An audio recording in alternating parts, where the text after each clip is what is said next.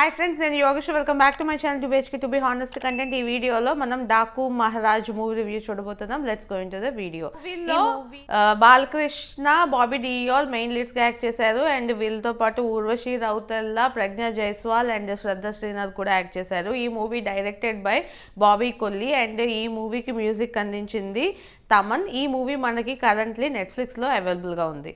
చూసుకున్నట్లయితే మనకి ఓపెనింగ్లోనే ఒక హిల్ స్టేషన్ లాంటి ప్లేస్లో ఒక చిన్న పాప ఒక హత్య చూస్తుందన్నమాట. సో ఆ పాపని చంపడానికి వేరే వాళ్ళు కూడా ట్రై చేస్తుంటారు. సో ఆ పాపని సేవ్ చేయడానికే వస్తాడు బాలయ్య అండ్ ఒక డ్రైవర్గా ఆ ఇంట్లోని సెట్ అవుతాడనమాట.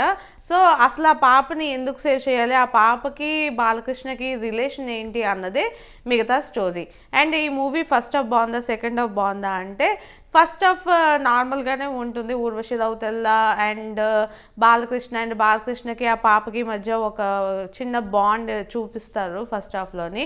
అలానే సెకండ్ హాఫ్ చూసుకున్నట్లయితే అసలు బాలయ్య ఎక్కడి నుంచి వచ్చాడు, ఎందుకు ఇవన్నీ చేస్తున్నాడు అన్నది మనకి సెకండ్ హాఫ్లో చూపిస్తారు. మెయిన్గా డాకు మహారాజ్ అని ఏదైతే ఉందో డాకు అని అంటున్నారు కదా, సో దానికి జస్టిఫికేషన్ అన్నది మనకి సెకండ్ హాఫ్లోనే చూపిస్తారు. సో ఫస్ట్ హాఫ్ బాగుందా, సెకండ్ హాఫ్ బాగుందంటే నాకైతే రెండు కూడా ఓకేగా అనిపించాయి. ఏదో ఒక దానిలో బాగా ఎక్కువగా విషయం ఉంది, ఇంకో దానిలో తక్కువ విషయం ఉంది అన్నట్టేమీ నాకు అనిపించలేదు. రెండు కూడా ఓకేగా అనిపించాయి. అండ్ ఈ మూవీలో నాకు మెయిన్గా ఏది నచ్చింది అంటే బాలయ్యని కొంచెం డిఫరెంట్గా, అంటే మనం రీసెంట్గా అఖండ కానీ లేదా వీరసింహారెడ్డి ఆ టైప్లో చూసిన ఫైట్స్ లేదంటే అలాంటి లుక్స్లో కాకుండా కొంచెం డిఫరెంట్ అండ్ యంగ్ లుక్స్లో ఈ మూవీలో కనిపించారు. అదొకటి బాగుంది. అండ్ మెయిన్గా ఆ డాకు అనే గెటప్లో వచ్చినప్పుడు అది కూడా కొంచెం బాగుందనే చెప్పాలి. ఎందుకంటే ఎప్పుడు ఒకేలా ఉండే కన్నా ఇలాగా కొంచెం డిఫరెంట్గా చేయడం వల్ల నాకు ఆ క్యారెక్టరైజేషన్స్ లుక్ వైజ్ చాలా బాగా నచ్చింది. అండ్ అలానే మిగతా కాస్ట్ చూసుకున్నట్లయితే ఊర్వశి రౌతెల్లాని జస్ట్ ఫర్ స్కిన్ షాక్ పెట్టినట్టే అనిపించింది. అసలు నాకు మినిమం నచ్చలేదు. ఎందుకున్నారో తెలీదు. పోలీస్ అంటారు, ఓన్లీ ఈ అవుట్ఫిట్స్లోని వర్కౌట్ చేయడం తప్పించి అండ్ ఒక సాంగ్లో తను చూపించడం తప్పించి తనకంటూ అసలు ఇంపార్టెన్స్ మూవీ మొత్తం కూడా ఎక్కడా లేదు. మరి ఈ మాత్రం దానికి అంత పబ్లిసిటీ చేసే తను చూపించి అని నాకు అనిపించింది. సో అది కూడా నాకు పెద్దగా ఏమి అంటే మూవీకి ఆ క్యారెక్టర్ ఏదైనా మంచి జస్టిఫికేషన్ ఇచ్చింది అన్న ఫీలింగ్ నాకు ఎక్కడ కలగలేదు. అలానే ఈ మూవీలో ఓన్లీ బాబీ డియోల్ ఉన్నారు విలన్గా and same routine type of characters Bobby Deol మళ్ళీ ఇందులో కూడా చేశారు. లైక్ యానిమల్లో చూసినట్లే ఇందులో కూడా ఉన్నట్టు అనిపించింది. నాకు పెద్దగా ఇంపాక్ట్ఫుల్గా ఏం అనిపించలేదు. రెగ్యులర్గా ఒక విలన్ ఎలా ఉంటారో అలానే నాకు అనిపించింది. ఈ మూవీ మొత్తంలో కూడా నాకు ఎవరి క్యారెక్టర్ అయినా నచ్చింది అంటే శ్రద్ధ శ్రీనాథ్ క్యారెక్టర్ ఈ మూవీలో నాకు నచ్చింది. ఎందుకంటే తనకే ఒక స్కోప్ ఉందన్నమాట. యాక్చువల్లీ మనకి సెకండ్ హాఫ్ చూసినప్పుడు అర్థమవుతుంది తన చుట్టూ కూడా ఒక 50% ఆఫ్ స్టోరీ అన్నది తిరుగుతూ ఉంటుందన్నమాట. సో దానివల్ల తన క్యారెక్టర్ ఒకటి మాత్రం నాకు కొంచెం బాగా రాశారు అన్న ఫీలింగ్ వచ్చింది. ఎందుకంటే తన చుట్టే మూవీ మొత్తం తిరుగుతూ ఉంటుంది. సో నాకు తన క్యారెక్టర్ రైటింగ్ అన్నది బాగా నచ్చింది. డైరెక్ట్ చేసింది బాబీ కొల్లి. ఇదే మూవీ ప్రీవియస్గా కూడా ఒక సేమ్ మూవీయే డైరెక్ట్ చేసినట్టు అనిపించింది, ఇంకేదో కాదు. వాల్టర్ వీరయ్య. మీరు వాల్టర్ వీరయ్య ఈ మూవీ కనుక చూసినట్లయితే రెండు ప్లాట్లు కూడా కంప్లీట్ సేమ్. ఇక్కడ ఒక ఊరిని కాపాడడానికి బాలయ్య దిగారు అన్నట్టు చూపిస్తారు వాటర్ కోసం.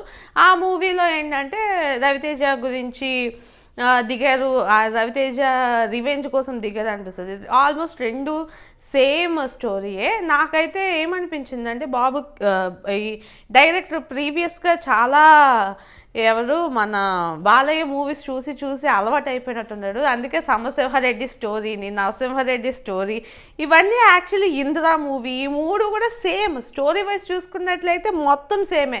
ఏం లేదు, ఎవరో ఒకరిని కాపాడడానికో లేదా అజ్ఞాతవాసంలోకి వెళ్ళినట్టు వీళ్ళందరూ ఉంటారు ఫస్ట్ హాఫ్లోని.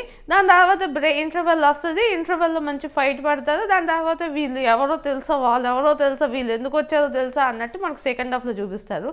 సేమ్ రొడ్డే మళ్ళీ తీసి జనాల మీద రుద్దుతున్నాడు అన్న ఫీలింగ్ వచ్చింది. ఈ డైరెక్టర్కి ఈ ఒక్క స్టోరీ తప్పించి ఇంకే స్టోరీ తెలియదు అనుకుంటా. ఇప్పుడు నెక్స్ట్ ఇంకేదైనా సినిమా తీసినా సరే ఇలాంటి స్టోరీ సేమ్ స్టోరీ మళ్ళీ వేరే విధంగా చూపిస్తాడేమో అనిపించింది నాకైతే. అసలు డైరెక్షన్ డైరెక్షన్ అంటే చూపించిన విధానం బాగుంది, బట్ అందులో స్టోరీ అయితే మాత్రం జీరో అని నాకు అనిపించింది.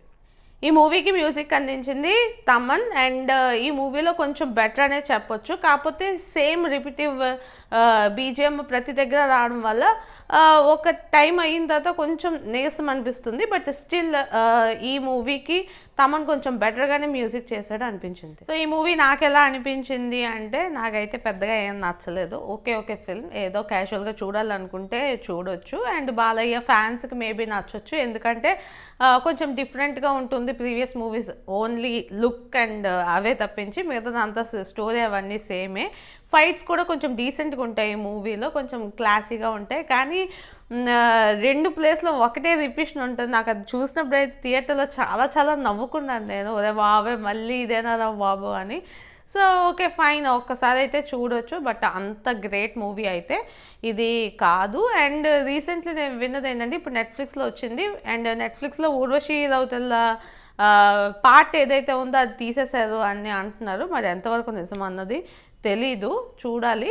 సో మీరు కూడా ఈ మూవీ ట్రై చేయాలనుకుంటే నెట్ఫ్లిక్స్లో అవైలబుల్గా ఉంది, డెఫినెట్లీ ట్రై చేయండి. బాలయ్య ఫ్యాన్ అయితే డెఫినెట్లీ మీరు ట్రై చేయొచ్చు.